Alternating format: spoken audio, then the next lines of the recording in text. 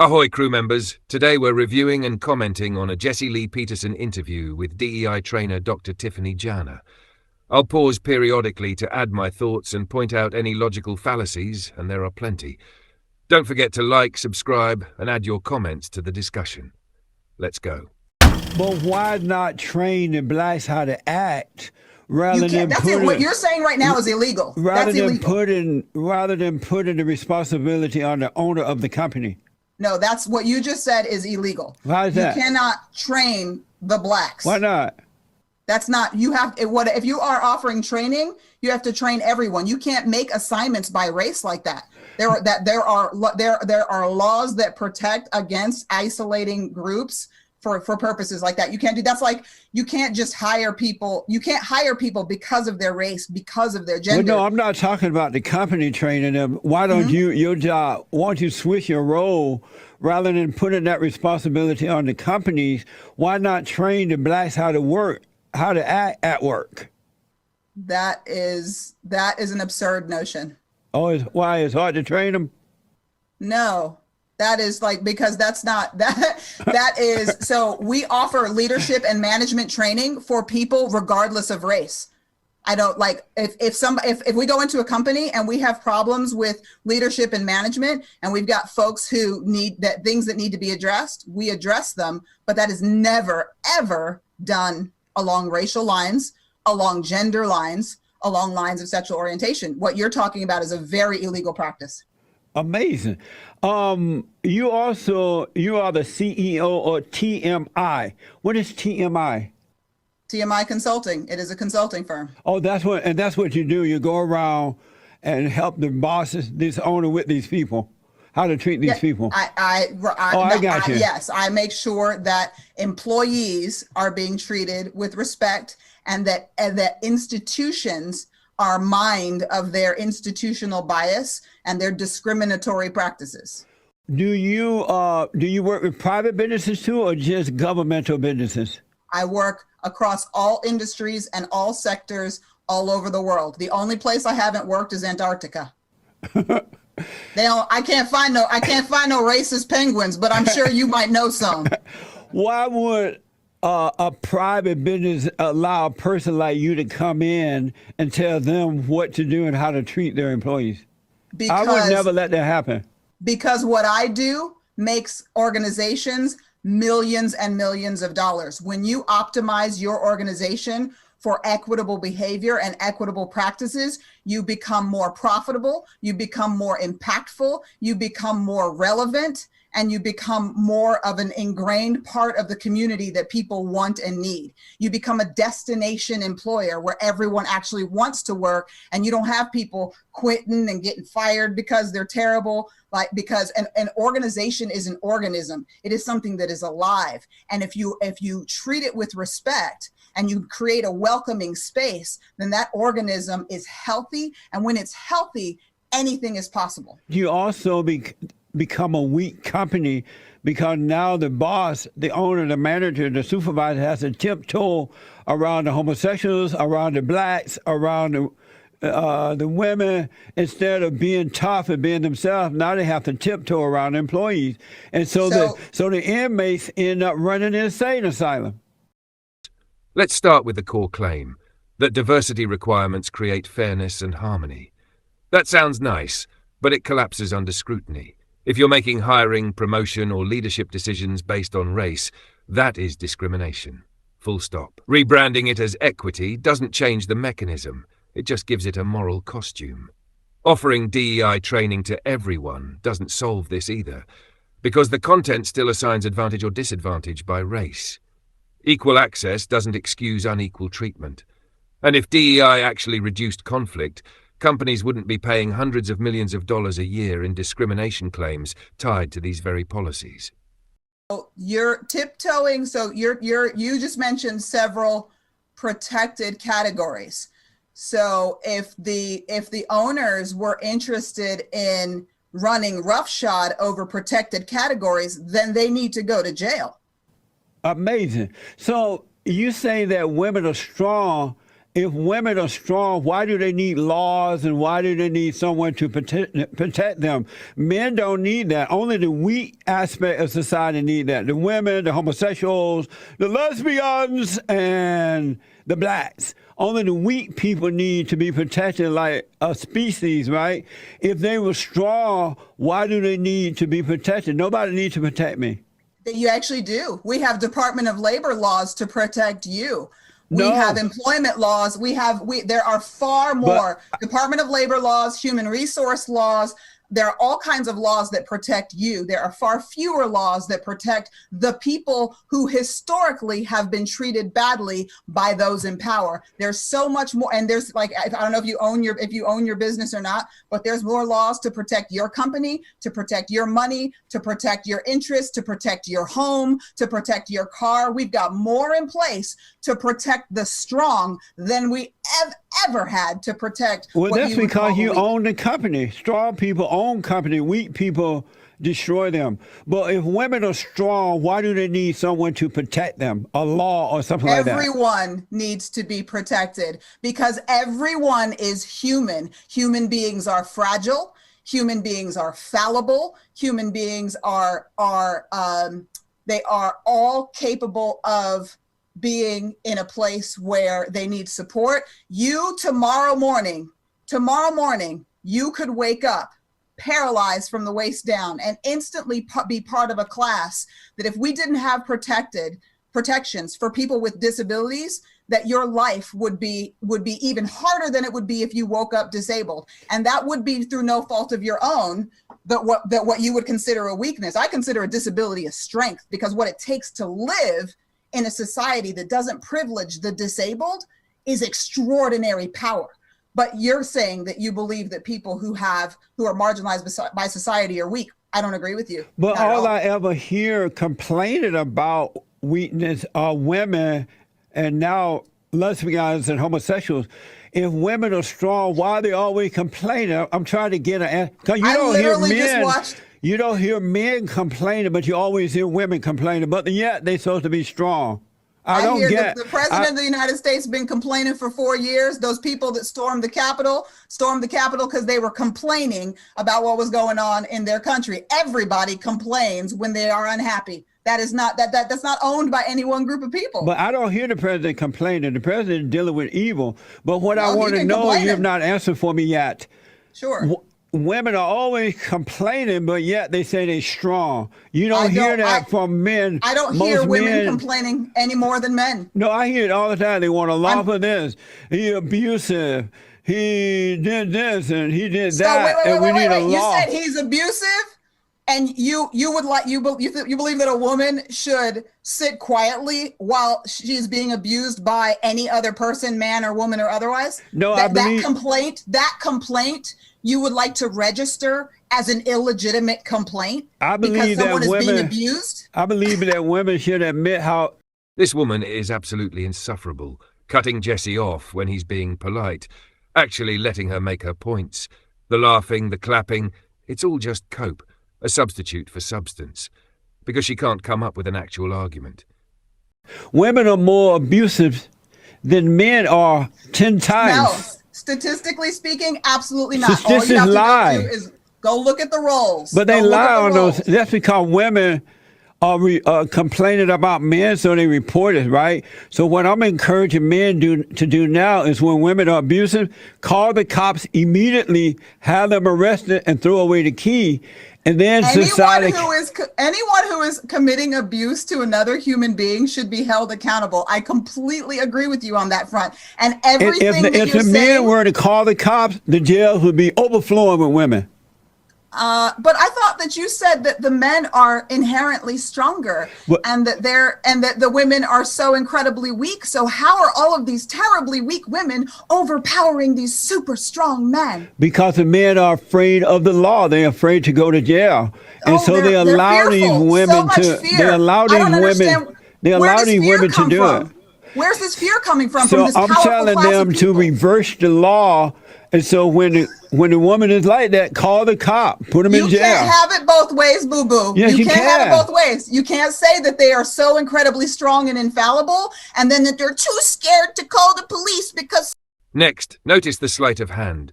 Jesse is accused of saying men are infallible, something he never claimed. That's a classic straw man. His argument isn't that people don't need protection. It's that overprotection creates dependency, resentment, and institutional weakness. Notice the tone shift, calling Jesse boo-boo. That's not substance. That's ad hominem. Mockery appears when arguments run thin. If the ideas were weak, they wouldn't need belittling to defeat them. Because someone's hurting them. If somebody is hurting Well, a they're man, not he needs afraid. to call They the feel police. sorry for the woman. They'll say, "Oh, I hate to put her in jail. Oh, the kids need the mother, right?" I'm saying, put that woman in prison. That is interesting because that does not track with your depiction of the stronger gender.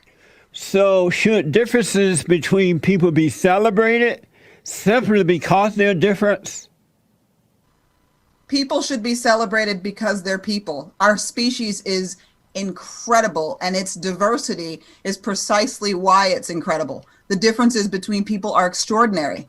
When you travel around the world and you see all of the different food, all of the different architecture, the accomplishments, the things that the human species has done, and the various ways that we express ourselves are sacred. If you profess to be a Christian, then you understand that it is our differences that over time have made us so incredibly extraordinary. And those are things that would be that have been celebrated by Christ, that are celebrated by God, because God created those differences and they're gorgeous.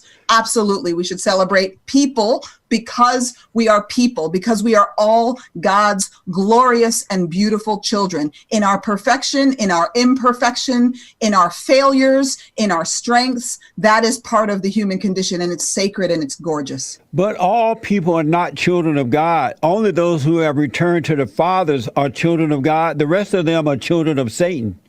And so in the good old days, when boys were boys and men were men, weakness was not celebrated. But the Christian will show the weak how to overcome weakness by returning to the Father, because weakness is not good for anyone.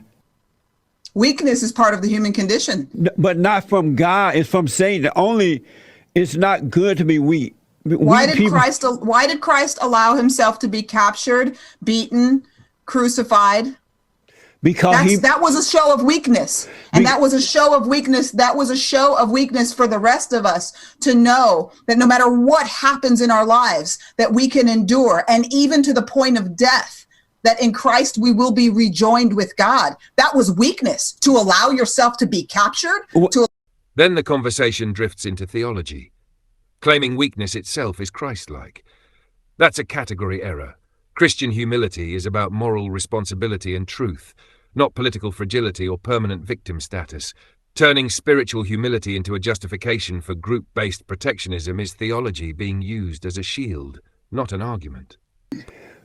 Christ had a primary purpose, and his purpose was to come and defeat Satan, because at that time Satan had control of the people, and the people were weak and subject to evil.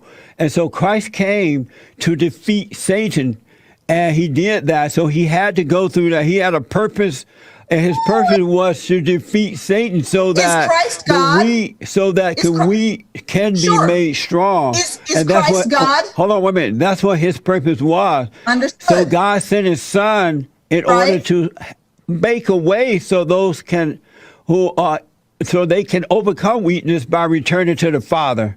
Beautiful. Is Christ God? No, he's the Son of God. So Christ is the Son of God. Is Christ powerful at all? Or is Christ the weak Son of God? He is the powerful Son of God because the Father works in him. So he's the powerful Son of God. The Father works in him. And the Father God could have chosen any way imaginable to defeat Satan. If power and strength and eliminating any vestige of human weakness were the ideal outcome and goal, if God was trying to teach us a lesson that you must be strong and only strong and never cry, he cried tears of blood in the Garden of Gethsemane. right? If we were never supposed to show any weakness, then God could have sent his powerful son, worked through his powerful son, and defeated Satan and all of the demons with a display of strength unbeknownst to man. That could have happened. But you know what God chose? God chose to defeat Satan through the weakness of man. And that is a very different lesson. God could have showed us that strength was paramount and that was the only acceptable way through life. I don't quite know. That's not what God wanted to do. No, you got it all wrong. I know it may sound good when you say that, but it's all wrong. Christ was strong because the Father in him was strong. So when you overcome Satan, the children of the lie overcome the devil, Satan, right? And return to the Father. They got to overcome the mother because the mother is weak. And all those who are born through the mother are dying, but those who return to the Father are living. And so the weak become strong by returning to the Father. So and that's what the purpose of Christ was. Sure. So there's something. So you're saying then that weakness was purposeful. I have met, known, loved, and worked with, at this point, probably millions of people and impacted millions of people around the world. And what I know to be a fact of the human condition is that it is not in our moments of strength and in our moments of ease, when things are comfortable and wonderful and shiny and full of rainbows. That is not when we learn and grow. And people often do not find themselves leaning on and turning to God in their moments of strength, in their moments of power. It is in the moments of human weakness. It's when people are confronted with the satanic energy. It's when people are confronted with the darkness and the reality sometimes of their worst choices that God speaks to them and says, "Hey, boo-boo." I just had to pause to take a break from this never-ending word salad buffet. She apparently thinks that if she says words that sound coherent, the listener will just fill in the blanks. The dramatic pauses, the emphasis on every single word. Give me a break. "Hey, boo-boo, do you need me now?" It is through the moments of people's worst weakness and their worst choices that they turn to God. But you don't truly believe that, though, because if you believe that, you wouldn't go to a business and try to tell the owner of a business to tiptoe around its employees. Hey, you would tell the employees, that they need to be right, do right, you're or they're going to get fired. You're telling me. If you truly believe, because you're right. You're right about in our weakness is when God make us strong and we know how to endure. But if you truly believe that, you would tell the blacks and the homosexuals and the women that y'all got to act right, do the right thing on your job, be on time, stop complaining, do your work. You wouldn't tell the boss to tiptoe around the weak. I tell everybody who I encounter, including you, that you need to act right all the time. Do you say that to the blacks too? You're telling me, I don't discriminate the way that you do, clearly. What do you mean? People, listen, no. You're telling me how I should show up in a workplace. Yeah. I've been in business for 17 years, and I have never knocked on a business's door and solicited their business. People come to me and they ask me for my help. Well, that's because the white people are afraid of the blacks now. They're afraid because they're trying to figure out, Lord, I gotta hide these blacks. I've been doing this for 25 years. They're like, Lord, I gotta hide these blacks, and I don't know how to deal with them. So I'm gonna bring in somebody. When did white people get scared of black people? For the last 70 years, they're afraid of being called racist. They're afraid of being sued. They're not afraid of the black person per se, but they're afraid of being sued or called racist. But I want to ask you, why would they be afraid of being sued if they weren't doing anything wrong? But they're not. The black person just have to say it, and then the courts or whatever assume that the white. And the courts are biased in favor of black people? What state do you live in? Yes, they are. What state do you live in? California? Yes. Yeah, the courts, the courts, statistically and objectively speaking, are not biased in favor of black people. If white people are That's scared not of it, true. that is Believe me, absolutely true. I I know businessmen. I don't want to. It's not about told hearing you about earlier. terms. It's about looking at the data. I told you earlier that a lot of businesses don't want to hire blacks because in California, New York, racist. and other states, they're afraid of being sued. Because they're racist. So let me ask, before we talk about your brand new book, you also wrote a book called Overcoming Bias. Mm-hmm. And is it ever okay to be biased? Everyone is always biased. That's part of the human condition. Is it okay to be that way? It just depends on what it is. I prefer chocolate ice cream over vanilla ice cream, and it doesn't matter. But if I say I prefer chocolate people over vanilla people, and I'm running a company and I'm only hiring vanilla people, then yes, that's a problem. So is it okay to be biased? It's human to be biased. And so it's normal? It's normal, yes. Right. Is it okay to discriminate? No, you should. I mean, not against people. No, you shouldn't discriminate against people. Do you ever just particularly what?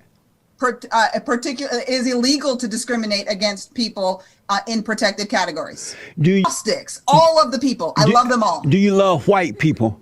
Yes, all people. Do you love white people? I love all people. But yes. I'm not asking about all people, just white. Sure. But I don't love white people exclusive of other people.